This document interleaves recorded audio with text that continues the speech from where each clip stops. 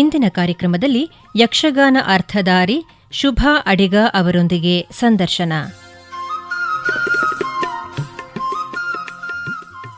ಕೇಳುಗರೆ ನಮಸ್ಕಾರ. ನಮ್ಮ ಜೊತೆ ಇದ್ದಾರೆ ಪುತ್ತೂರಿನ ಶುಭಾ ಅಡಿಗ ಅವರು. ಅರ್ಥಗಾರಿಕೆಯಲ್ಲಿ ಪ್ರಸಿದ್ಧಿಯನ್ನ ಪಡೆದಂಥವರು. ಮೇಡಮ್, ಕಾರ್ಯಕ್ರಮಕ್ಕೆ ಸ್ವಾಗತ ನಿಮಗೆ. ನಮಸ್ತೆ ಮೇಡಮ್, ಈಗ ನಿಮ್ಮ ಈ ಅರ್ಥಗಾರಿಕೆಯ ಪ್ರಯಾಣ ಯಾವಾಗ ಆರಂಭ ಆಯಿತು ಮತ್ತೆ ಹೇಗೆ ಆರಂಭ ಆಯಿತು ಅನ್ನೋದ್ರ ಬಗ್ಗೆ ಹೇಳಿ. ಮೇಡಮ್, ಸುಮಾರು 2007ನೇ ಇಸವಿ ಇರ್ಬೋದು. ಆ ಸಂದರ್ಭದಲ್ಲಿ ಆಕಸ್ಮಿಕವಾಗಿ ನನಗೆ ಒಂದು ಯಕ್ಷಗಾನ ತಾಳಮದ್ದಳೆ ಕ್ಷೇತ್ರಕ್ಕೆ ಬರುವಂಥ ಒಂದು ಅವಕಾಶ ಸಿಕ್ಕಿದ್ದು ಅಂತ ಹೇಳ್ಬೋದು. ಹೇಗೆ ಅಂತ ಹೇಳಿದರೆ, ನಾನಾಗ ಇನ್ನರ್ ವೀಲ್ ಕ್ಲಬ್ಬಲ್ಲಿ ಒಂದು ಮೆಂಬರ್ ಆಗಿದ್ದೆ.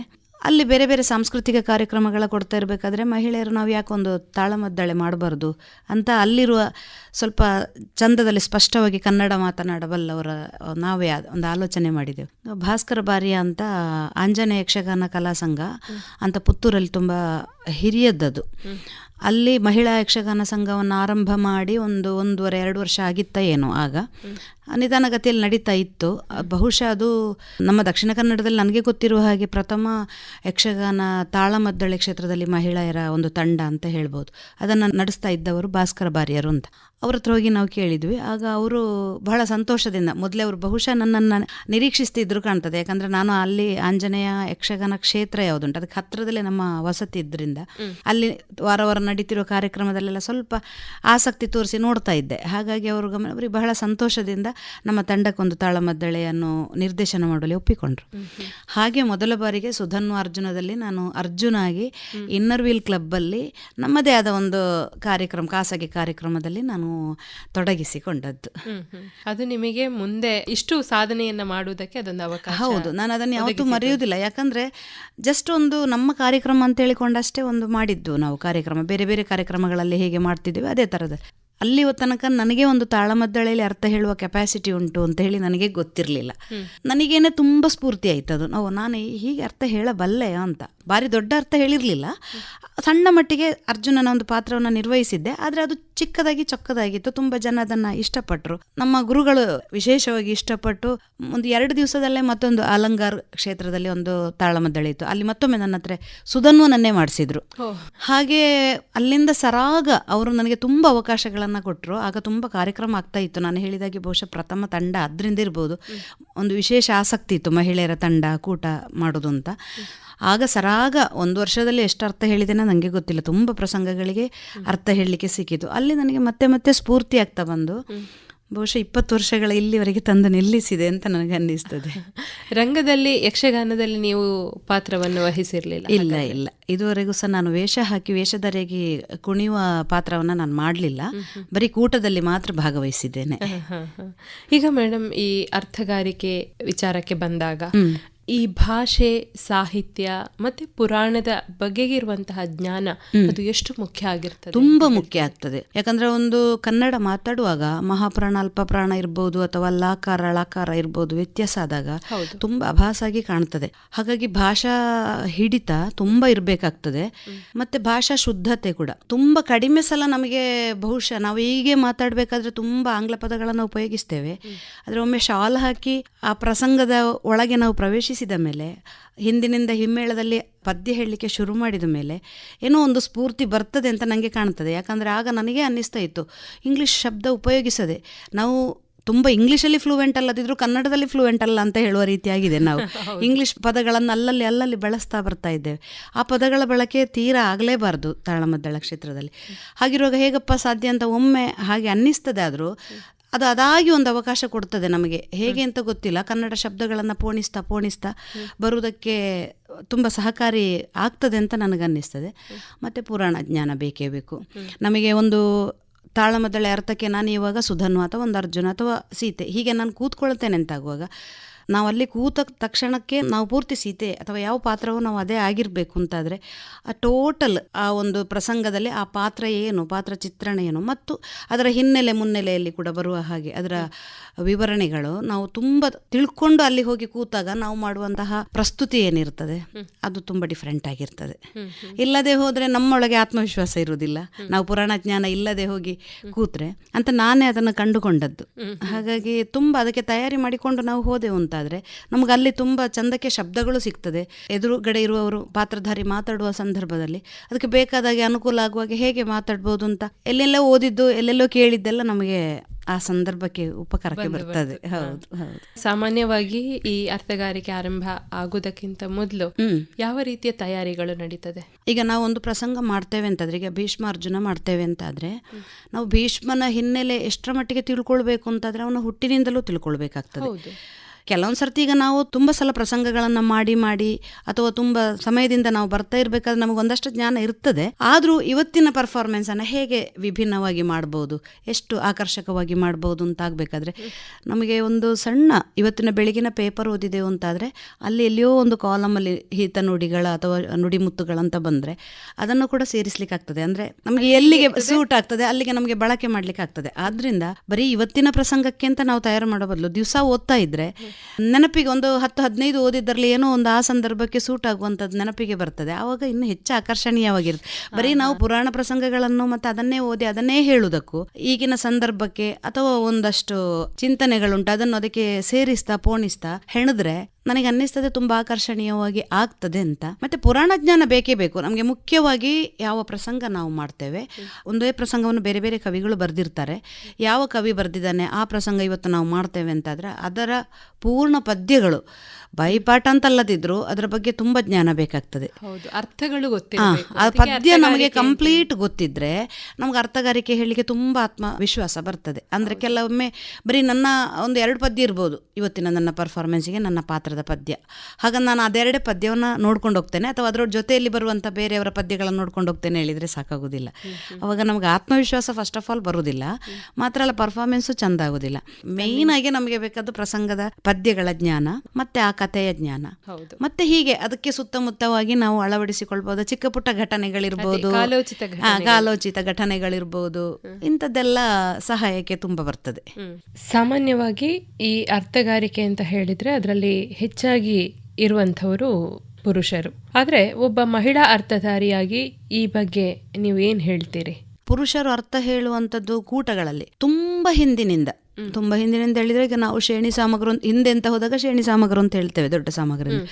ಅದಕ್ಕಿಂತ ಮುಂಚೆ ಅರ್ಥ ಹೇಳಿದವರು ಲಿಖಿತ ರೂಪದ ದಾಖಲೆ ಇಲ್ಲದೆ ತುಂಬ ಕಲಾವಿದರಾಗಿ ಹೋಗಿರ್ಬೋದು. ಅಂತೂ ತುಂಬಾ ವರ್ಷಗಳಿಂದ ಪುರುಷರೇ ಪ್ರಧಾನವಾಗಿ ಈ ಯಕ್ಷಗಾನ ಕ್ಷೇತ್ರದಲ್ಲಿ, ಅದರಲ್ಲೂ ತಾಳಮದ್ದಳೆ ಕ್ಷೇತ್ರದಲ್ಲಿ ದುಡಿದುಕೊಂಡು ಬಂದವರು, ಸೇವೆ ಮಾಡ್ತಾ ಬಂದವರು. ಹಾಗಾದ್ರಿಂದ ಏನಾಗ್ತದೆ ಅಂತ ಹೇಳಿದರೆ ಅವರಿಗೆ ಅದರಲ್ಲಿ ಸಲೀಸಾಗಿ ಒಂದು ಹಿಡಿತ ಇರ್ತದೆ. ಆಯಿತಾ, ಮಹಿಳೆಯರು ಆ ವಿಚಾರಕ್ಕೆ ತುಂಬ ದೂರ ಇದ್ದರು. ಆಟ ಆದರೂ ಹೆಂಗಸರು ನೋಡ್ತಾ ಇದ್ರು ಮೊದಲು. ಕೂಟ ಅಂತ ಹೇಳಿದರೆ ಹೆಚ್ಚಾಗಿ ಒಂದು ದೇವಸ್ಥಾನದ ಒಂದು ಬದಿಯಲ್ಲಿ ಅಥವಾ ಒಂದು ಮನೆಯಲ್ಲಿ ಆಗುವಂಥ ಸಮಾರಂಭದಲ್ಲಿ ಒಂದು ಬದಿಯಲ್ಲಿ ಅಂತ ಇರ್ತಿತ್ತು. ಹೆಂಗಸರು ಅದಕ್ಕೆ ಹೋಗೋದು ತುಂಬ ಅಂದರೆ ತುಂಬ ಕಮ್ಮಿ, ನನಗೆ ಗೊತ್ತಿದ್ದೆ.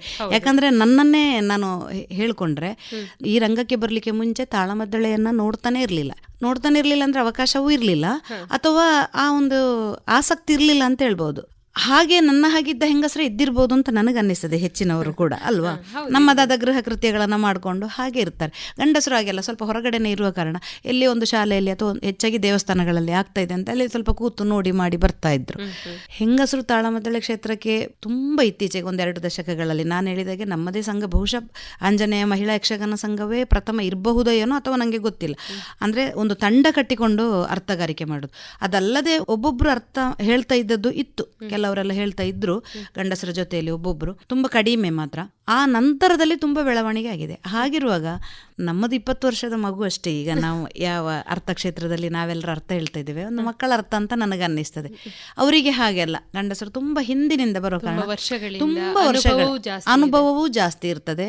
ಅವರಿಗೆ ಅದೊಂದು ಕೂಟ ಅಂತ ಹೇಳಿದ್ರೆ ಗಂಡಸರದ್ದು ಅಂತ ಹೇಳೋದೊಂದು ಹಣೆಪಟ್ಟಿ ಬಂದಿರ್ತದೆ, ನೋಡುವವರಿಗೂ ಸಹ ಆಡುವವರಿಗೂ ಸಹ. ಹಾಗಾಗಿ ಹೆಂಗಸರಂದ್ರೆ ಏನು, ಎಂತ ಅರ್ಥ ಹೇಳಿ ಯಾರು ಹೇಳೋ ಒಂದು ಭಾವ ನಾನು ಮೊದಲು ಅದನ್ನು ಅನುಭವಿಸಿದ್ದೇನೆ. ನಾವು ಪ್ರಥಮ ಬಾರಿಗೆಲ್ಲ ಅರ್ಥ ಹೇಳ್ತಾ ಇರಬೇಕಾದ್ರೆ ಇದನ್ನೆಲ್ಲ ಕಂಡಿದ್ದೇವೆ. ಬಟ್ ಆವಾಗ ನಾವೇ ಅರ್ಥ ಹೇಳ್ತಿದ್ದದಕ್ಕೂ ಈಗ ನಾವು ಅರ್ಥ ಹೇಳೋದಕ್ಕೂ ಎಷ್ಟೋ ವ್ಯತ್ಯಾಸ ಉಂಟು, ಪ್ರಬುದ್ಧತೆ ಉಂಟು. ನಮಗೆ ಅದು ಅರ್ಥ ಸಾಕ್ತದೆ ಯಾಕೆ ಹಾಗೆ ಹೇಳ್ತಿದ್ದಿರ್ಬೋದು. ಯಾಕಂತ ಹೇಳಿದರೆ ನಾವು ತುಂಬ ಬಾಲಿಶವಾಗಿ ಅರ್ಥ ಹೇಳ್ತಿದ್ದಿರ್ಬೋದು ಆಗ.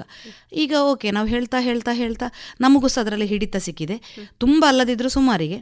ಇನ್ನು ನಾವು ಇದನ್ನೇ ಮುಂದುವರಿಸ್ತಾ ಕೊಂಡೋದ್ರೆ ಇದಕ್ಕಿಂತ ಹೆಚ್ಚಿನ ಬೆಳವಣಿಗೆಯನ್ನು ನಾವು ಹೊಂದಬಹುದು. ಆದ್ರಿಂದ ನನಗೆ ಅನ್ನಿಸ್ತದೆ ಹೆಂಗಸರು ತಾಳಮದ್ದಳೆ ಅಂತ ಹೇಳಿದರೆ ಸ್ವಲ್ಪ ಮಟ್ಟಿಗೆ ಹಾಗೆ ಅವಾಗ ಅವಗಣನೆ ಮಾಡ್ಲಿಕ್ಕೆ ಕಾರಣ ಹಾಗೆ ಇರಬಹುದು ಅಂತ. ಬಟ್ ಈಗ ತುಂಬಾ ತಂಡಗಳಾಗಿದೆ, ಒಬ್ರು ಅಂತ ಹೇಳಿ ಇಷ್ಟಪಟ್ಟು, ಅದೊಂದು ಒಳ್ಳೆ ಬೆಳವಣಿಗೆ. ನಾವು ಅವರನ್ನ ಪ್ರೋತ್ಸಾಹಿಸಬೇಕು ಆಕ್ಚುಲಿ. ಯಾಕಂತ ಹೇಳಿದ್ರೆ ಪ್ರಯತ್ನ ಪಡ್ತಾ ಇದ್ದಾರೆ. ಒಂದು 10 ಜನ ಪ್ರಯತ್ನ ಪಟ್ಟರಲ್ಲಿ 10 ಜನ ಸಹ ಒಳ್ಳೆ ಅರ್ಥಧಾರಿಗಳಾಗ್ತಾರೆ ಅಂತ ನಾವು, ಅದು ಪುರುಷರಲ್ಲಾದ್ರೂ ಅಷ್ಟೇ ಅಲ್ವಾ. ಅರ್ಥ ತುಂಬಾ ಜನ ಹವ್ಯಾಸಕ್ಕಾಗಿ ಹೇಳ್ಬೋದು, ಅದರಲ್ಲಿ ಕೆಲವರು ಮಾತ್ರ ತುಂಬಾ ಪರಿಣಿತರಾಗ್ತಾರೆ. ಬಟ್ ಅವರಿಗಾದ ಆತ್ಮತೃಪ್ತಿ ಎಲ್ರಿಗೂ ಸಿಗ್ತದೆ ಅದರಲ್ಲಿ ಯಾರ್ಯಾರು ತೊಡಗಿಸಿಕೊಳ್ತಾರೆ ಆಸಕ್ತಿಯಿಂದ. ಹಾಗಾಗಿ ಹೆಂಗಸರು ಇದರಲ್ಲಿ ಈ ಕ್ಷೇತ್ರದಲ್ಲಿ ತೊಡಗಿಸಿಕೊಳ್ತಾ ಇರೋದು ಒಂದು ಒಳ್ಳೆಯ ಬೆಳವಣಿಗೆ. ಅದನ್ನು ನಾವೆಲ್ಲರೂ ಪ್ರೋತ್ಸಾಹಿಸಬೇಕು ಅಂತ ನನಗನ್ನಿಸ್ತದೆ. ಸಾಮಾನ್ಯವಾಗಿ ಇದು ಯಕ್ಷಗಾನ ಅಂತ ಹೇಳುವಾಗ ವೇದಿಕೆಯ ಮುಂಭಾಗದಲ್ಲಿ ತಮ್ಮದೇ ಆದಂತಹ ಪ್ರೇಕ್ಷಕ ವರ್ಗವನ್ನ ಹೊಂದಿರ್ತದೆ. ಆದ್ರೆ ಈ ಅರ್ಥಗಾರಿಕೆ ಅಂತ ಆಗುವಾಗ ಅಲ್ಲಿ ಇರುವಂತಹ ಪ್ರೇಕ್ಷಕರ ಸಂಖ್ಯೆ ಕಡಿಮೆ. ಯಾಕಿರಬಹುದು ಇದು? ಅದೇ ಯಕ್ಷಗಾನ ಆಟ ಅಂತ ಹೇಳುವಾಗ ವೇಷಭೂಷಣ ತುಂಬಾ ಮನಸ್ಸಿಗೆ ಅದು ಮುದ ಕೊಡುವ ಹಾಗಿರ್ತದೆ. ತುಂಬಾ ಚಂದ ವೇಷಭೂಷಣ ಇರ್ತದೆ, ಕುಣಿತ ಇರ್ತದೆ. ಇದರಿಂದಾಗಿ ಆಕರ್ಷಣೆ ಸ್ವಾಭಾವಿಕವಾಗಿ ಹೆಚ್ಚು. ಆದರೆ ಅದಕ್ಕಿರುವಂತಹ ಪ್ರೇಕ್ಷಕರು ಬೇರೆ, ತಾಳಮದ್ದಳೆಗಿರುವ ಪ್ರೇಕ್ಷಕರು ಬೇರೆ. ಕಾಮನ್ ಆಗಿರೋರು ಸ್ವಲ್ಪ ಜನ ಇರ್ಬೋದು, ಆದರೆ ತಾಳಮದ್ದಳೆಗೆ ಬರುವಂತಹ ಪ್ರೇಕ್ಷಕರ ಯಕ್ಷಗಾನವನ್ನು ಅಷ್ಟೇ ಇಷ್ಟಪಡ್ಬೇಕಂತಿಲ್ಲ. ತಾಳಮದ್ದಳೆಯನ್ನು ಮಾತ್ರ ಇಷ್ಟಪಡೋ ಪ್ರೇಕ್ಷಕರು ಅಂತಲೂ ಇರ್ತಾರೆ. ಯಾಕಂದ್ರೆ ಈಗ ಒಂದು ರಾಮನ ಪಾತ್ರ ಅಥವಾ ಯಾವುದೋ ಒಂದು ಪಾತ್ರ ಯಕ್ಷಗಾನದಲ್ಲಿ ಮಾಡುವಾಗ ಅವರಿಗೆ ಆ ಪಾತ್ರದ ವ್ಯಕ್ತಿತ್ವವನ್ನು ಪೂರ್ತಿಯಾಗಿ ಅಭಿವ್ಯಕ್ತಿಪಡಿಸುವುದಕ್ಕೆ ನನಗನ್ನಿಸ್ತದೆ ಅವಕಾಶ ಕಡಿಮೆ. ಯಾಕಂದರೆ ಅಲ್ಲಿ ಕುಣಿತ ಬರ್ತದೆ. ಕುಣಿತ ಬರುವಾಗ ಆಯಾಸ ಆಗ್ತದೆ. ಅರ್ಥಗಾರಿಕೆಗೆ ಸ್ವಲ್ಪವೇ ಅವಕಾಶ, ಕುಣಿತಕ್ಕೆ ಜಾಸ್ತಿ ಅವಕಾಶ ಇರ್ತದೆ. ತುಂಬ ಪದ್ಯಗಳು ತೆಗಿಬೇಕಾಗ್ತದೆ, ತುಂಬ ಪಾತ್ರಗಳಿರ್ತದೆ ಯಕ್ಷಗಾನದಲ್ಲಿ. ಅದೇ ಒಂದು ಯಕ್ಷಗಾನ ತಾಳಮದ್ದಳೆಯಲ್ಲಿ ಪಾತ್ರಗಳು ಕಡಿಮೆ, ಪದ್ಯಗಳು ಸಹ ಕಡಿಮೆ, ಅರ್ಥಕ್ಕೆ ತುಂಬ ಅವಕಾಶ ಇರ್ತದೆ. ಹಾಗಾಗಿ ಈಗ ಒಂದು ಭೀಮ ಅಂತೇಳಿದರೆ ಭೀಮನ ಒಳಗೇನು ಹೊರಗೇನು ಎನ್ನುವಂಥದ್ದನ್ನು ತೋರಿಸುವುದಕ್ಕೆ ತುಂಬ ಅವಕಾಶ ಉಂಟು ಒಂದು ತಾಳಮದ್ದಳೆ ಕ್ಷೇತ್ರದಲ್ಲಿ. ಯಕ್ಷಗಾನದಲ್ಲಿ ಕಡಿಮೆ. ಹಾವಭಾವದಿಂದ ನೃತ್ಯದಿಂದ ಅಭಿವ್ಯಕ್ತಿಪಡಿಸಬಹುದು, ಆದರೂ ಅದರ ವ್ಯಕ್ತಿತ್ವವನ್ನು ತೋರಿಸೋದು ಸ್ವಲ್ಪ ಕಷ್ಟವೇ. ಅದು ತಾಳಮದ್ದಳೆಯಲ್ಲಿ ಆಗ್ತದೆ. ಆದ್ದರಿಂದ ಅದಕ್ಕಿರುವ ಪ್ರೇಕ್ಷಕರಿಗೂ ಇದಕ್ಕಿರುವ ಪ್ರೇಕ್ಷಕರಿಗೂ ಸ್ವಲ್ಪ ಮಟ್ಟಿಗೆ ವ್ಯತ್ಯಾಸ ಉಂಟು. ಈಗ ತಾಳಮದ್ದಳೆಯನ್ನೇ ನೋಡಲಿಕ್ಕೆ ಬರುವ ಪ್ರೇಕ್ಷಕರು ಅಂತ ಇರ್ತಾರೆ. ಯಾಕಂದರೆ ಇವತ್ತು ಮಾಡಿದ ಒಬ್ಬ ಭೀಷ್ಮ ನಾಳೆ ಅದೇ ಪ್ರಸಂಗದ ಅದೇ ಭೀಷ್ಮವನ್ನು ಮಾಡ್ತಾನೆ ಅಂತಾದ್ರು ಅವನು ಪ್ರಸ್ತುತಿಪಡಿಸುವ ರೀತಿ ಎಲ್ಲ ಡಿಫರೆಂಟ್ ಆಗಿರ್ತದೆ. ಮತ್ತು ಭೀಷ್ಮನ ಪೂರ್ತಿ ನಿಮಗೆ ಒಂದು ಸಣ್ಣ ಪ್ರಸಂಗ ಅವತ್ತು ನಾವು ಮಾಡಿದ್ರು, ಆ ಮಹಾಭಾರತದ ಎಲ್ಲ ಕಥೆಯು ಅದರೊಳಗೆ ತಕೊಂಡು ಬರ್ತಾರೆ. ಮಾತ್ರ ಅಲ್ಲ, ಅದು ತುಂಬ ತುಂಬ ಆಳವಾಗಿ ಅರ್ಥ ಆಗ್ತದೆ ಕತೆ. ಯಕ್ಷಗಾನದಲ್ಲಿ ಕತೆ ಅರ್ಥ ಆಗೋದು ತುಂಬ ಕಡಿಮೆ. ಈವನ್ ಅವರು ಹೇಳುವ ಶಬ್ದಗಳಿಗೂ ಕೂಡ ಸ್ಪಷ್ಟವಾಗಿ ಕೇಳಿಸುವುದಿಲ್ಲ ಕುಣಿಯುವಾಗ. ಆದ್ದರಿಂದ ಇದಕ್ಕಿರುವ ಪ್ರೇಕ್ಷಕರು ಕಥೆಯನ್ನೇ ಅರ್ಥ ಮಾಡಿಕೊಳ್ಬೇಕು, ವಿಮರ್ಶೆಯನ್ನೇ ಮಾಡಬೇಕು ಹೇಳೋರು ಇದಕ್ಕೆ ಇಷ್ಟಪಡ್ತಾರೆ. ಯಕ್ಷಗಾನವನ್ನು ಮನರಂಜನೆಗಾಗಿ ನೋಡೋರು ತುಂಬ ಜನ ಇರ್ತಾರೆ. ನಾವು ನೋಡ್ತೇವೆ, ಇಷ್ಟಪಡ್ತೇವೆ. ಅಂದರೆ ಅದುವೇ ಬೇರೆ ಇದುವೇ ಬೇರೆ ಅಂತ ನನಗೆ ಅನ್ನಿಸ್ತದೆ. ಯಾಕಂದರೆ ಅಲ್ಲಿ ರಂಗುರಂಗಿನ ಲೈಟಿಂಗ್ಸು ವೇಷ ಎಲ್ಲ ಇರುವಾಗ ಅದೊಂಥರ ಖುಷಿ ಆಗ್ತದೆ.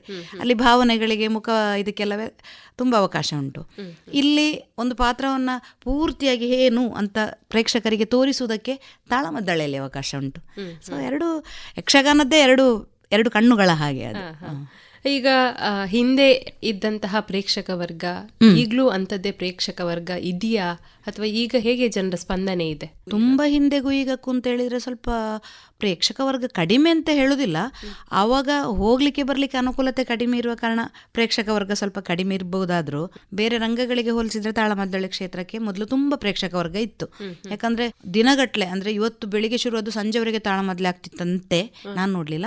ಸಂಜೆ ಶುರುವಾದದ್ದು ಮರುದಿವಸ ಬೆಳಿಗ್ಗೆವರೆಗೆ ಆಗ್ತಿತ್ತಂತೆ. ಅಂದ್ರೆ ಇವಾಗೆಲ್ಲ ನಾವು ಒಂದು 3 ಗಂಟೆ 4 ಗಂಟೆ ಹೆಚ್ಚಂದ್ರೆ ಒಂದು 5 ಗಂಟೆ ಮಾಡಿದ್ರು ಜನರಿಗೆ ಬೋರ್ ಆಗ್ತದೆ. ಮೊದಲು ಹಾಗಲ್ಲ, 8-10 ಗಂಟೆ ತಾಳಮದ್ದಳೆ ನಡೆದು ಜಟಪಟಿ ಆಗ್ತಿತ್ತು ಅಂತ ಹೇಳುದು ಕೇಳ್ತೇವೆ ನಾವು. ಆದ್ರೂ ಅಷ್ಟು ಪ್ರೇಕ್ಷಕರಿದ್ರು ಅಂತ ತಾನೆ ಅದರ ಅರ್ಥ. ಅಂದ್ರೆ ಅವಾಗ ಮನರಂಜನೆಗೆ ಸಹ ಬೇರೆ ದಾರಿ ಇರಲಿಲ್ಲ. ಈಗ ತುಂಬಾ ಮೀಡಿಯಾದಲ್ಲಿ ಉಂಟು. ಇವನ್ ತಾಳಮದ್ದಳೆ ಅಥವಾ ಯಕ್ಷಗಾನವನ್ನು ನೋಡ್ಬೇಕು ಅಂದ್ರೂ ಸಹ ಅದರಲ್ಲೇ ನೋಡ್ತಾರೆ. ಹಾಗಾಗಿ ಮನುಷ್ಯನಿಗೆ ತುಂಬ ಬೇರೆ ಬೇರೆ ಕ್ಷೇತ್ರಗಳಲ್ಲಿ ಬೇರೆ ಬೇರೆ ಇದರಲ್ಲಿ ಅವಕಾಶ ಇರುವ ಕಾರಣ ಮನರಂಜನೆ ಪಡುವುದಕ್ಕೆ ಇದಕ್ಕೆ ಬರುವ ಪ್ರೇಕ್ಷಕರು ಕಡಿಮೆ ಅಂತ ನಾವು ಹೇಳ್ಬೋದು. ನೇರವಾಗಿಯೇ ನೋಡ್ಬೇಕು ಅಂತ ಹೇಳುವ ಪ್ರೇಕ್ಷಕರು ಇರ್ತಾರೆ. ಒಬ್ಬ ಕಲಾವಿದನಿಗೆ ಸ್ಫೂರ್ತಿ ಕೊಡ್ಲಿಕ್ಕೆ ಒಂದು 10 ಜನ ತಾಳಮದ್ದಳೆ ಕೇಳುವುದು ಹೇಗೆ ಅಂತ ಇರೋದು ಮುಖ್ಯ. ಅವರು ತೀರಾ ನಮಗೆ ಕೆಲವೊಂದು ಸಂದರ್ಭಕ್ಕೆ ನಾವು ತಾಳಮದ್ದಳೆ ಮಾಡ್ಲಿಕ್ಕೆ ಹೋಗುವಾಗ ಜನ ಯಾರಿಲ್ಲ ಶುರು ಮಾಡೋದು ಬೇಡ ಅಂತ ಹೇಳ್ತಾರೆ, ಸ್ವಲ್ಪ ಲೇಟಾಗಿ ಶುರು ಮಾಡುವ.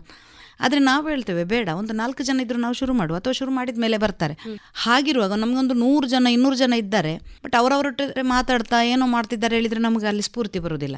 1-2 ಅಥವಾ ಒಂದು 10 ಜನ ಇದ್ದಾರೆ, ಅವರು ತುಂಬಾ ಕಣ್ಣು ಮೂಗು ಬಾಯಿ ಎಲ್ಲವನ್ನು ನಮಗೆ ಕೊಟ್ಟು ನೋಡ್ತಾ ಇದ್ದಾರೆ, ಕೇಳ್ತಾ ಇದ್ದಾರೆ ಅಂತ ಆಗುವಾಗ ನಮಗೆ ಆಟೋಮೆಟಿಕಲಿ ನಮ್ಗೆ ಒಂದು 100 ಜನ ಇದ್ದ ಹಾಗೆ ಅನುಭವ ಆಗ್ತದೆ. ಯಾಕಂದ್ರೆ ನಾವು ಇವರು ಕೇಳ್ತಾರೆ, ನಾವು ಚಂದ ಹೇಳ್ಬೇಕಂತ ಹೇಳುವ ಸ್ಫೂರ್ತಿ ನಮಗೆ ಬರ್ತದೆ. ಹಾಗಾಗಿ ಕ್ವಾಲಿಟಿ ಹೇಗೆ ಪ್ರೇಕ್ಷಕರದ್ದು ಹೇಳೋದು ನನಗೆ ತುಂಬಾ ಇಂಪಾರ್ಟೆಂಟ್ ಅಂತ ಅನ್ನಿಸ್ತದೆ. ಈಗ ಒಂದಷ್ಟು ಬದಲಾವಣೆ ಅಂತ ಬಂದ್ರೆ ಈಗ ಇಂಗ್ಲಿಷ್ನಲ್ಲೂ ಕೂಡ ಅರ್ಥಗಾರಿಕೆ ಆಗಿದೆ, ಅದರ ಬಗ್ಗೆ ಹೇಳೋದಾದ್ರೆ?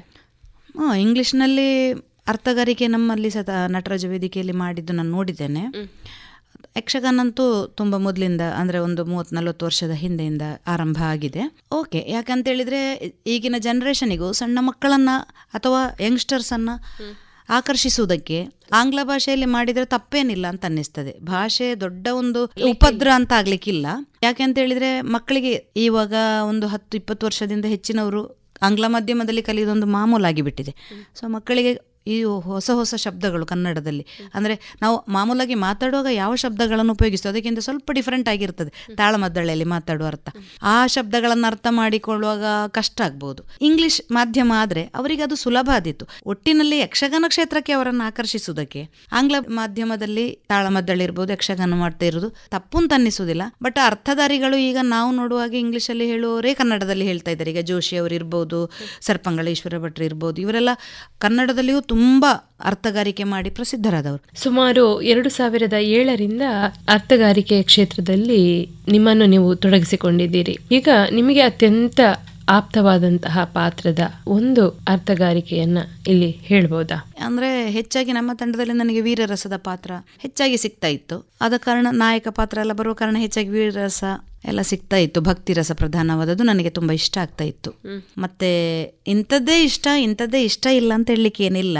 ಯಾಕಂತ ಹೇಳಿದ್ರೆ ಯಾವ ಪಾತ್ರ ಆದ್ರೂ ಆ ಪಾತ್ರವನ್ನ ಹೇಗೆ ಸ್ಫೂರ್ತಿಯಾಗಿ ತಕೊಂಡು ಆ ಪಾತ್ರಕ್ಕೆ ಜೀವ ತುಂಬಬಹುದಂತ ಮಾತ್ರ ಆಲೋಚನೆ ಮಾಡ್ತಾ ಇದ್ವಿ. ಆದರೆ ನನಗೆ ಸಿಕ್ಕಿದ ಪಾತ್ರ ಭಕ್ತಿ ಪ್ರಧಾನವಾದ್ದು, ಸ್ವಲ್ಪ ವೀರರಸದ್ದೇ ಆದ್ರಿಂದ ಅದನ್ನೇ ಹೆಚ್ಚಾಗಿ ನಾನು ಮಾಡ್ತಾ ಬಂದ ಕಾರಣ ಇಷ್ಟ ಆಗ್ತದೆ ನನಗೆ ಆ ಪಾತ್ರಗಳು. ಈಗ ಭೀಷ್ಮ ಇರ್ಬೋದು, ಮತ್ತು ಅರ್ಜುನ ಇರ್ಬೋದು, ಕರ್ಣ ಇರ್ಬೋದು, ಅಥವಾ ಅತಿಕಾಯ ಇರ್ಬೋದು, ಹೀಗೆಲ್ಲ ಈ ಪಾತ್ರಗಳೆಲ್ಲ ನನಗೆ ಎಲ್ಲವೂ ಇಷ್ಟವೇ. ಪ್ರಸಂಗ ಅಂತೇಳಿ ಬಂದಾಗ ಒಟ್ಟಿನಲ್ಲಿ ಪಾತ್ರಗಳು ಯಾವುದು ಕೊಟ್ಟರು ಸಹ ಇಷ್ಟಪಟ್ಟು ಮಾಡ್ತಾ ಇದ್ದೆ ನಾನು. ಈಗ ನಮ್ಮ ಕೇಳುಗರಿಗೆ ಒಂದು ಪಾತ್ರದ ಅರ್ಥ ಹೇಳ್ಬೇಕಂದ್ರೆ, ಪಾತ್ರದ ಅರ್ಥ ಹೇಳ್ಬೇಕಂದ್ರೆ ಸ್ವಲ್ಪ ಹಿನ್ನೆಲೆ ಇಲ್ಲದಿದ್ರೆ ಸ್ವಲ್ಪ ಕಷ್ಟ ಆಗ್ತದೆ, ಪದ್ಯ ಬೇಕಾಗ್ತದೆ, ಅದೊಂದು ಪ್ರಯತ್ನ ಪಡ್ತೇನೆ.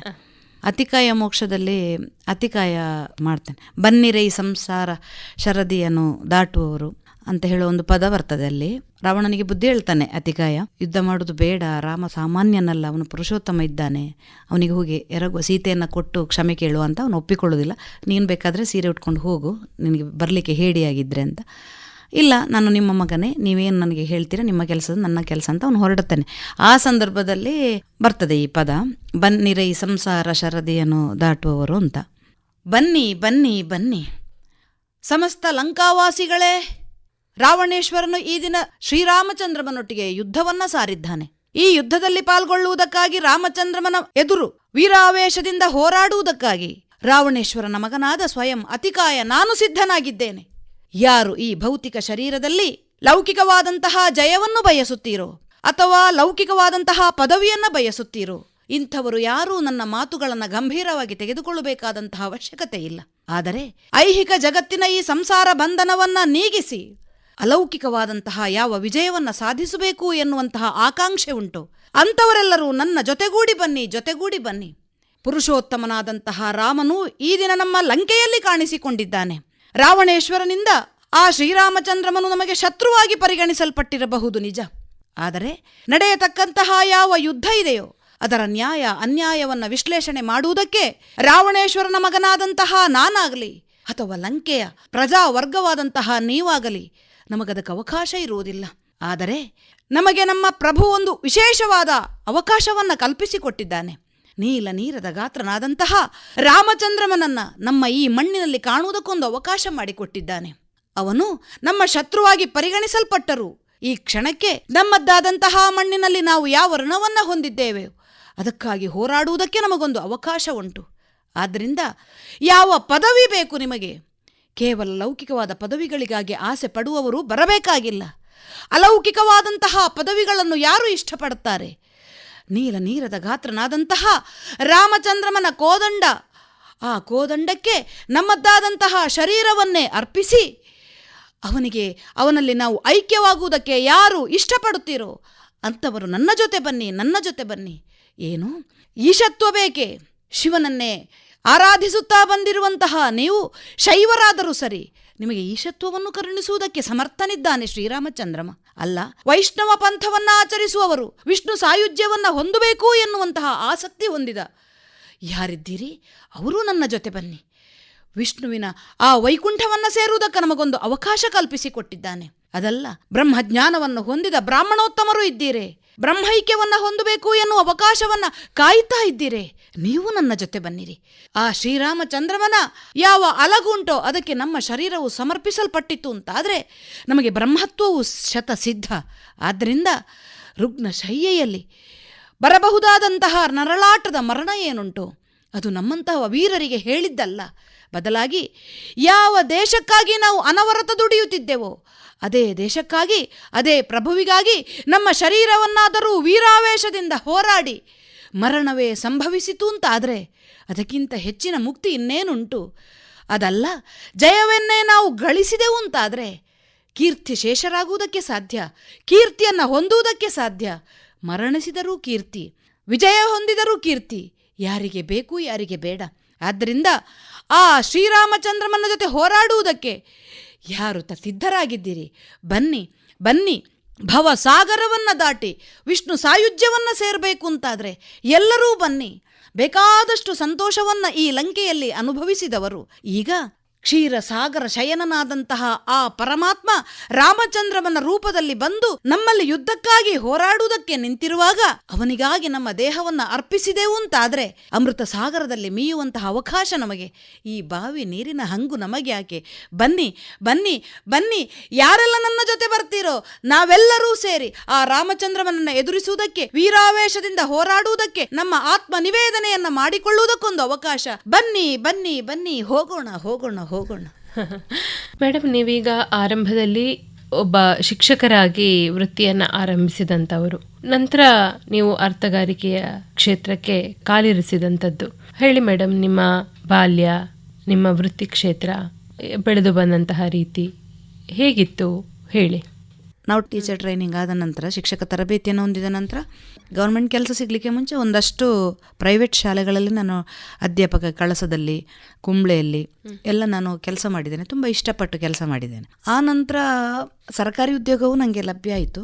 ಆದರೆ ಮದುವೆಯ ಕಾರಣದಿಂದ ಊರು ಬಿಟ್ಟು, ಅಂದರೆ ನಮ್ಮದು ಕಾಸರಗೋಡಿನ ಮಂಗಲ್ಪಾಡಿ ಅಂತ ಹೇಳೋದು, ಮಾಧವನವರ ಮತ್ತು ಕಾಶಿ ಅಮ್ಮನವರ ಮಗಳು ನಾನು. 8 ಜನ ಮಕ್ಕಳಿದ್ರು, ನಾವೆಲ್ಲರೂ ಹೆಣ್ಮಕ್ಳೇ, ಕೊನೆಯವಳು ನಾನು. ಹಾಗಾಗಿ ಮತ್ತೆ ಮದುವೆ ಆದ ನಂತರ ಪುತ್ತೂರಿಗೆ ಬಂದದ್ದು. ಪುತ್ತೂರಲ್ಲಿ ನನ್ನ ಗಂಡ ವೈದ್ಯರು, ಅವರದ್ದೇ ಆದ ಒಂದು ಸಣ್ಣ ಆಸ್ಪತ್ರೆ ಉಂಟು. ಅವರು ಅದನ್ನು ನಿರ್ವಹಿಸ್ತಾ ವೈದ್ಯ ವೃತ್ತಿ ಮಾಡ್ತಾ ಇದ್ರು. ನನಗೆ ಕೆಲಸ ಆದದ್ದು ಅಂತ ಹೇಳೋದು ಕೇರಳದಲ್ಲಿ ಗೌರ್ಮೆಂಟ್ ಕೆಲಸ. ಸೊ ಇಲ್ಲಿಂದಲ್ಲಿಗೆ ಹೋಗ್ಲಿಕ್ಕೆ ತುಂಬ ದೂರ ಇತ್ತು. ಹಾಗಾಗಿ ನಾನು ಬಿಡಬೇಕಾದ ಅನಿವಾರ್ಯತೆ ಬಂತು. ಆಮೇಲೆ ನಾನು ಹೀಗೆ ತೋಟಗಾರಿಕೆ ಇರ್ಬೋದು, ನಮ್ಮದು ಹೂತೋಟ ನನಗೆ ತುಂಬ ಇಷ್ಟ, ಅದನ್ನು ಮಾಡ್ತಾ ಇದ್ದೆ. ವಸ್ತ್ರ ವಿನ್ಯಾಸ, ನನಗೆ ಸ್ಟಿಚಿಂಗ್ ಅಂದ್ರೂ ಸಹ ತುಂಬ ಇಷ್ಟ ಇತ್ತು. ಅದನ್ನೆಲ್ಲ ಮಾಡ್ತಾ ನನಗೆ ಸುಮ್ಮನೆ ಕೂತ್ಕೊಳ್ಳೋದಂದ್ರೆ ಸ್ವಲ್ಪ ಕಷ್ಟ. ಏನಾದರೂ ಒಂದು ಚಟುವಟಿಕೆಯಲ್ಲಿ ನಾನು ಭಾಗವಹಿಸ್ತಾನೆ ಇರಬೇಕಾಗಿತ್ತು. ಹಾಗೆ ಅದೆಲ್ಲ ಮಾಡ್ತಾ ಇದ್ದೆ. ಆ ನಂತರದಲ್ಲಿ ನನಗೆ ಇದೊಂದು ಆಕಸ್ಮಿಕವಾಗಿ ತಾಳಮದ್ದಳೆ ಕ್ಷೇತ್ರಕ್ಕೆ ಅವಕಾಶ ಸಿಕ್ಕಿದಾಗ, ಮತ್ತು ಅದನ್ನು ನಾನೇ ಅದನ್ನು ಇಷ್ಟಪಡ್ತೇನೆ, ನನ್ನಿಂದ ಅದು ಸಾಧ್ಯ ಅಂತ ನನಗೆ ಅರಿವಾದಾಗ ನಾನು ಅದಕ್ಕೆ ತುಂಬ ಇಷ್ಟಪಟ್ಟು, ಅದಕ್ಕಾಗಿ ನಾನು ಶ್ರಮಪಟ್ಟು ಅದರ ಬಗ್ಗೆ ಅಭ್ಯಾಸ ಮಾಡಿ, ನಮಗೆ ಬೇಕಾದಂತಹ ಸಲಹೆ ಸೂಚನೆಗಳನ್ನೆಲ್ಲ ಭಾಸ್ಕರ ಬಾರಿಯ ಅವರು ಕೊಡ್ತಾ ಇದ್ರು, ಆಂಜನೇಯ ಯಕ್ಷಗಾನ ಕಲಾ ಸಂಘದ ನಿರ್ದೇಶಕರು. ಹಾಗಾಗಿ ಬಹುಶಃ ಈ ದಾರಿಯಲ್ಲಿ ಬೇಗ ಮುಂದುವರಿಯುವುದಕ್ಕೆ ನನಗೆ ಅದು ತುಂಬ ಒಂದು ಅವಕಾಶ ಕೊಟ್ಟಿತ್ತು. ಯಾಕಂತ ಹೇಳಿದರೆ ನಾವು ನಮ್ಮಷ್ಟಕ್ಕೇನು ಒಂದು ಅರ್ಥ ಹೇಳ್ತೇವೆ ಅಂತ ಹೇಳಿದರೆ ಆಗುದಿಲ್ಲ. ಯಾರಾದರೂ ಗುರುಗಳು ಬೇಕೇ ಬೇಕು. ಯಾಕಂದರೆ ನಮ್ಮ ತಪ್ಪುಗಳು ನಮಗೆ ಹೇಗೆ ಏನು ಅಂತ ಗೊತ್ತಿರುವುದಿಲ್ಲ. ಇದು ಹೀಗೆ ಮಾಡಿದರೆ ತಪ್ಪು, ಹೀಗೆ ಮಾಡಿದರೆ ಸರಿ, ಅವರ ಒಂದು ಮಾರ್ಗದರ್ಶನ ಬೇಕಾಗುತ್ತದೆ. ಅದು ಈಗಲೂ ಅಷ್ಟೇ, ಯಾವುದಾದ್ರೂ ಒಂದು ಹೊಸ ಪ್ರಸಂಗ ನಾವು ಮಾಡ್ತಾ ಇದ್ದೇವೆ ಅಂತ ಹೇಳಬೇಕಾದ್ರೆ ಓಕೆ, ಇದರಲ್ಲಿ ಯಾವ ಪದ್ಯಗಳೇ ಬೇಕಾಗ್ತದೆ, ಯಾವ ಪದ್ಯಗಳನ್ನು ಬಿಟ್ಟರೂ ಓಕೆ, ಅಥವಾ ಈ ಪಾತ್ರ ಚಿತ್ರಣ ನಾವು ಹೇಗಿರಬೇಕು, ಹೇಗೆ ಮಾಡಿದರೆ ಅದು ತಪ್ಪು ಅಂತಾಗ್ತದೆ ಎನ್ನುವುದಕ್ಕಾದರೂ ನಮಗೆ ಅವರ ಒಂದು ಸಲಹೆ ಸೂಚನೆಗಳು ತುಂಬ ಬೇಕಾಗ್ತದೆ. ಹಾಗೆ ಮಾಡ್ತಾ ಮಾಡ್ತಾ ಮಾಡ್ತಾ ಇದಕ್ಕೆ ಬಂದದ್ದು. ನನಗೊಬ್ಬಳು ಮಗಳಿದ್ದಾಳೆ. ಅವಳನ್ನು ಸಣ್ಣದಿರುವಾಗ ಸಂಗೀತಕ್ಕೆ ಕಲಿಸುವಾಗ ನನಗೆ ಮೊದಲದೆಲ್ಲ ಅವಕಾಶ ಇರಲಿಲ್ಲ. ಸಣ್ಣದಿರುವಾಗ ನಾವು ತುಂಬ 8 ಹೆಣ್ಣು ಮಕ್ಕಳಾದ್ರಿಂದ ಆರ್ಥಿಕವಾಗಿಯೂ ಅನುಕೂಲತೆ ಇರಲಿಲ್ಲ, ಹೋಗ್ಲಿಕ್ಕೂ ಸಹ ಅಷ್ಟು ಅವಕಾಶ ಇರಲಿಲ್ಲ. ತುಂಬ ದೂರ ಎಲ್ಲ ಕಾಸರಗೋಡಿಗೆಲ್ಲ ಹೋಗಬೇಕಾಗಿತ್ತು. ಆದ ಕಾರಣ ಸ್ವಲ್ಪ ಕಷ್ಟ ಇರ್ತಿತ್ತು, ಅನಾನುಕೂಲತೆ ಇರ್ತಿತ್ತು. ಪುತ್ತೂರಿಗೆ ಬಂದ ಮೇಲೆ ಎಲ್ಲದಕ್ಕೂ ಸಹ ಅನುಕೂಲತೆ ಇತ್ತು, ಅವಕಾಶ ಇತ್ತು. ಹಾಗಾಗಿ ಎಲ್ಲದರಲ್ಲಿ ತೊಡಗಿಸಿಕೊಳ್ಳುವಂಥ ಒಂದು ಇದು ತುಂಬ ಇಷ್ಟಪಟ್ಟೆ. ಹಾಗೆ ಮಗಳಿಗೆ ಸಂಗೀತ ಒಳಗೆ ನನಗೂ ಮೊದಲು ಸಂಗೀತ ಹೇಳಬೇಕಂತ ಇಷ್ಟ ಇತ್ತಲ್ಲ, ನಾನು ಕೂತ್ಕೊಂಡು ಕಲಿಯುವಂತ ಹಾಗೆ ಕಲ್ತದ್ದು. ಆಮೇಲೆ ಸುಮ್ಮನೆ ಅವಳ ಜೊತೆಯಲ್ಲಿ ಪರೀಕ್ಷೆ ಬರೀತಾ ಹೋದೆ. ಜೂನಿಯರ್ ಆಯಿತು, ಸೀನಿಯರ್ ಆಯಿತು. ಮತ್ತು ಇದಕ್ಕೆ ಸ್ವಲ್ಪ ಜಾಸ್ತಿ ಒತ್ತು ಕೊಟ್ಟ ಕಾರಣ ಅದನ್ನು ಜಾಸ್ತಿ ಬೆಳೆಸಿಕೊಂಡು ಹೋಗಲಿಲ್ಲ. ಸುಮ್ಮನೆ ಮನೆಯಲ್ಲಿ ಹಾಡಲಿಕ್ಕಷ್ಟೇ ಸೀಮಿತವಾಗಿರಿಸಿಕೊಂಡಿದ್ದೇನೆ. ಬಟ್ ಕೇಳಲಿಕ್ಕಾದರೂ ಖುಷಿ ಆಗ್ತದೆ. ಸಂಗೀತಗಳನ್ನು ಕಚೇರಿಗಳನ್ನು ಕೇಳುವುದಕ್ಕೆ ನಮಗೆ ಸಂಗೀತದ ಒಂದು ಅಲ್ಪ ಸ್ವಲ್ಪ ಜ್ಞಾನ ಇದ್ದರೆ ಸ್ವಲ್ಪ ಸುಲಭ ಆಗ್ತದೆ ಅಂತ. ಇತ್ತೀಚೆಗೆ ನಿಮಗೆ ಪುತ್ತೂರಿನ ವಿವೇಕಾನಂದ ವಿದ್ಯಾಸಂಸ್ಥೆಯಲ್ಲಿ ನಡೆದಂತಹ ಅಬ್ಬಕ್ಕ 100 ಉಪನ್ಯಾಸ ಕಾರ್ಯಕ್ರಮದಲ್ಲಿ ಕರ್ನಾಟಕ ರಾಜ್ಯ ಮಹಾವಿದ್ಯಾಲಯದ ಮಂಗಳೂರು ವಿಭಾಗದಿಂದ ನಿಮಗೆ ಒಂದು ಅಬ್ಬಕ್ಕ ಪ್ರಶಸ್ತಿ ಕೂಡ ಸಿಕ್ಕಿತು. ಹಾಗೆ ನಿಮ್ಮ ಈ ಅರ್ಥಗಾರಿಕೆ ಕ್ಷೇತ್ರದಲ್ಲಿ ಬೇರೆ ಬೇರೆ ಸಂಘ ಸಂಸ್ಥೆಗಳು ನಿಮ್ಮನ್ನು ಗುರುತಿಸಿ ಗೌರವಿಸಿದೆ. ಅದರ ಬಗ್ಗೆ ಹೇಳುವುದಾದ್ರೆ? ಸಂತೋಷ ಆಗ್ತದೆ. ಯಾವುದೇ ಒಂದು ಜನರು ನಮ್ಮನ್ನು ಗುರುತಿಸ್ತಾರೆ ಅಂತಾದಾಗ ಕ್ಷೇತ್ರದಲ್ಲಿ ನಮಗೊಂದು ಅಭಿಮಾನ ಹೆಚ್ಚಾಗ್ತದೆ. ಅದನ್ನೆಲ್ಲ ನಾನು ನನ್ನ ಗುರುಗಳಿಗೆ ಮತ್ತು ನನ್ನ ಅಪ್ಪ ಅಮ್ಮನಿಗೆ ಸಮರ್ಪಿಸ್ಲಿಕ್ಕೆ ಇಷ್ಟಪಡ್ತೇನೆ. ಯಾಕಂದರೆ ನಮ್ಮ ಅಪ್ಪ ಅಮ್ಮನೂ ಯಕ್ಷಗಾನದ ಅಭಿಮಾನಿಗಳಾಗಿದ್ದರು. ಅವರಿಗೂ ಸಹ ಅವಕಾಶ ಕಡಿಮೆ ಇತ್ತು ಆ ಸಂದರ್ಭದಲ್ಲಿ. ಮಂಗಳೂರು ಆಕಾಶವಾಣಿಯಲ್ಲಿ ಬುಧವಾರ ರಾತ್ರಿ 9:30 ಗಂಟೆಗೆ ತಾಳಮದ್ದಲೆ ಅಂತ ಹೇಳೋದಕ್ಕೆ ಪಾಪ ಕಾತರದಿಂದ ಕಾಯ್ತಾ ಇದ್ದ ಸಂದರ್ಭ ಆ ಕಾಲ. ಆಗವೇ ಟಿ ವಿ ಎಲ್ಲ ಇರ್ತಿರ್ಲಿಲ್ಲ. ಯಕ್ಷಗಾನ ತಾಳಮದ್ದಳೆ ಆಕಾಶವಾಣಿಯಲ್ಲಿ ಬರ್ತದೆ ಅಂತೇಳಿ ಬುಧವಾರ ಆಗಬೇಕಾದ್ರೆ ಬಹುಶಃ ಅದರಲ್ಲಿ ಚಿತ್ರವೇ ಕಾಣ್ತದೇನೋ ಎನ್ನುವ ಹಾಗೆ ನಮ್ಮಮ್ಮ ಆ ಟೈಮಿಗೆ ಕಾದು ರೇಡಿಯೋವನ್ನೇ ಹೀಗೆ ಕೇಳ್ತಾ ತಾಳಮದ್ದಳೆ ಪ್ರತಿಯೊಂದು ನಾವು ಸಹ ತಾಳಮದ್ದಳೆ ಕೇಳಿದ್ದೇವೆ ಅಂತ ಹೇಳಿದರೆ ಬಹುಶಃ ಈ ಆಕಾಶವಾಣಿಯಿಂದಲೇ ಆ ಪ್ರಸಾರ ಆಗುವಂಥದ್ದನ್ನೇ. ಯಾಕಂದರೆ ತುಂಬ ದೂರ ದೂರದಲ್ಲೇ ನಡೀತಿರೋ ನಾವು ಹೆಣ್ಮಕ್ಳಾದ ಕಾರಣ ಅಪ್ಪ ಕಳಿಸ್ಲಿಕ್ಕೆ ಕಷ್ಟ ಇತ್ತು, ನಮಗೂ ಅರ್ಥ ಆಗ್ತಿತ್ತು. ಆವಾಗ ನಮಗೆ ಈ ಮಾಧ್ಯಮ, ಆಗ ಇದ್ದ ಮಾಧ್ಯಮ, ಈಗಲೂ ಇರುವ ಮಾಧ್ಯಮ ಅಂತ ಹೇಳಿದರೆ ಇದುವೇ, ಅದರಲ್ಲೇ ನಾವು ಕೇಳ್ತಾ ಇದ್ದು. ತಾಳಮದ್ದಳೆ ಅರ್ಥ ಅಲ್ಲ, ನಾನು ಹೆಚ್ಚಾಗಿ ಇದರಲ್ಲೇ ಕೇಳಿದ್ದು. ಸಣ್ಣ ಮಟ್ಟಿಗೆ ಆದರೂ ಕೂಡ ವಿಸ್ತಾರವಾಗಿ ಎಲ್ಲದಿದ್ರು ಅದರಲ್ಲಿ ಇಂಟ್ರೆಸ್ಟ್ ಬರಲಿಕ್ಕೆ ಕಾರಣ ಇದುವೇ, ಕೇಳ್ತಾ ಇದ್ದದ್ದು. ಸೊ ನಾನು ಮುಂದೆ ಅರ್ಥ ಹೇಳ್ತೇನೆ ಅಂತ ಹೇಳುವಾಗ ನಮ್ಮ ಅಪ್ಪನೂ ತುಂಬ ಖುಷಿ ಪಟ್ಟಿದ್ರು, ತುಂಬ ಖುಷಿ ಪಟ್ಟಿದ್ರು. ಅಮ್ಮನೂ ತುಂಬ ಇಷ್ಟಪಟ್ಟಿದ್ರು. ಈಗ ಅಪ್ಪ ಅಮ್ಮ ಇಬ್ಬರೂ ಇಲ್ಲ. ನನ್ನ ಅಪ್ಪನ ಅಪ್ಪ ಅವರು ತಾಳಮದ್ದಳೆಗೆ ಹವ್ಯಾಸಿಯಾಗಿ ಪದ್ಯ ಹೇಳ್ತಿದ್ರಂತೆ. ನನ್ನ ಅಮ್ಮನ ಅಪ್ಪ ಮತ್ತು ಅಮ್ಮನ ಅಣ್ಣ ಇವರು ಕೂಡ ಕೋಡಿ ರಾಮ ಹೊಳ್ಳರು ಅಂತ ಮತ್ತು ಶಂಕರನಾರಾಯಣ ಹೊಳ್ಳರು ಅಂತ ಅಜ್ಜ. ಮನೆಯಲ್ಲಿ ಏನೇ ಒಂದು ಶ್ರಾದ್ದ ಆಗಲಿ, ಒಂದು ಪೂಜೆ ಆಗಲಿ, ಇದಕ್ಕೆಲ್ಲ ಒಂದು ಮನೆಯಲ್ಲಿ ಊರಿನವರೆಲ್ಲ ಸೇರಿಕೊಂಡು ಅವರಷ್ಟಕ್ಕೊಂದು ತಾಳಮದ್ದಳೆ ಮಾಡ್ತಾ ಇದ್ರಂತೆ. ನಾನು ತುಂಬ ಚಿಕ್ಕವಳಾಗಿದ್ದೆ, ಹಾಗಾಗಿ ನನಗೆ ಹೆಚ್ಚು ಅದನ್ನು ನೋಡಿ ಅರ್ಥೈಸಿಕೊಳ್ಳೋದು ಅರ್ಥ ಇರಲಿಲ್ಲ ಆ ಸಂದರ್ಭದಲ್ಲಿ. ಅಜ್ಜಂದ್ರನ್ನು ನಾನು ನೋಡಲಿಲ್ಲ, ನಾನು ಇರಲಿಕ್ಕೆ ಮುಂಚೆ ತೀರೋಗಿದ್ದಾರೆ. ಹಾಗಾಗಿ ನನಗೆ ಗೊತ್ತಿಲ್ಲದೇ ಇದ್ರು. ಬಹುಶಃ ಬ್ಲಡ್ಡಲ್ಲಿ ಅದು ಬಂದಿರಬಹುದು. ಹಾಗಾಗಿ ಅದರಲ್ಲಿ ನನಗೆ ತೊಡಗಿಸಿಕೊಂಡು ಈಗ ಅದನ್ನು ಮುಂದುವರಿಸ್ತಾ ಬಂದು ಈಗ ಒಂದು ದಕ್ಷಿಣ ಕನ್ನಡ, ಉತ್ತರ ಕನ್ನಡ, ಉಡುಪಿ, ಕಾಸರಗೋಡು ಜಿಲ್ಲೆಯವರೆಲ್ಲ ಶುಭ ಅಡಿಗ ಅಂತ ಹೇಳಿದ್ರೆ ಒಂದು ಗುರುತಿಸ್ತಾರೆ. ಓ, ಯಕ್ಷಗಾನದಲ್ಲಿ ಅರ್ಥ ಹೇಳುವವರು, ತಾಳಮದ್ದಳೆಯಲ್ಲಿ ಅರ್ಥ ಹೇಳುವವರು ಅಂತ. ತುಂಬ ಖುಷಿ ಆಗ್ತದೆ ಅಂಥದ್ರಲ್ಲಿ ತೊಡಗಿಸಿಕೊಂಡಾಗ. ಅದು ನಮಗೆ ಕೊಟ್ಟ ಖುಷಿಯೇ ತುಂಬ. ಅದಕ್ಕೆ ನಾವು ಎಂತ ಹೇಳಲಿಕ್ಕಿಲ್ಲ. ಅದು ನಮ್ಮನ್ನು ಜನರನ್ನು ಗುರುತಿಸಿ ಇಂಥದ್ದೊಂದು ಅಲ್ಲಿ ಇಲ್ಲಿ ನಮ್ಮನ್ನು ಗುರುತಿಸ್ತಾರೆ, ನಮ್ಗೆ ಗೌರವ ಕೊಡ್ತಾರೆ, ಸನ್ಮಾನ ಮಾಡ್ತಾರೆ ಅಂತ ಹೇಳುವಾಗ ಮತ್ತೂ ಸಹ ಖುಷಿ ಆಗ್ತದೆ, ತುಂಬ ಸಂತೋಷ ಆಗ್ತದೆ. ಮಾತ್ರ ಅಲ್ಲ, ಹೊಣೆಗಾರಿಕೆಯೂ ಹೆಚ್ಚಾಗ್ತದೆ. ಯಾಕಂತ ಹೇಳಿದರೆ ನಾವು ಇನ್ನೂ ಇದನ್ನು ಹಾಗೆ ಹಿಂಗೆ ಅಂತ ನಿರ್ಲಕ್ಷ್ಯ ಮಾಡುವಾಗಿಲ್ಲ. ಇದರಲ್ಲಿ ಇನ್ನೂ ಹೆಚ್ಚು ತೊಡಗಿಸಿಕೊಳ್ಬೇಕು ಹೇಳುವಂಥ ಒಂದು ಹೊಣೆಗಾರಿಕೆ ಸಹ ನಮ್ಮ ಮೇಲೆ ಇರ್ತದೆ. ಹೌದು ಹೌದು. ಒಳ್ಳೆಯದು ಮೇಡಮ್. ಇಷ್ಟು ಹೊತ್ತು ಅರ್ಥಗಾರಿಕೆಯ ಕ್ಷೇತ್ರದಲ್ಲಿ ನಿಮ್ಮ ಪಯಣದ ಬಗ್ಗೆ ಒಂದಷ್ಟು ವಿಚಾರಗಳನ್ನು ನಮ್ಮ ಜೊತೆ ಹಂಚಿಕೊಂಡ್ರಿ. ನಿಮ್ಮ ಈ ಯಕ್ಷ ಪಯಣ ಹೀಗೆ ಮುಂದುವರಿಯಲಿ ಅಂತ ಹೇಳ್ತಾ ಭಾಗವಹಿಸಿದ್ದಕ್ಕೆ ಧನ್ಯವಾದಗಳು. ಧನ್ಯವಾದಗಳು.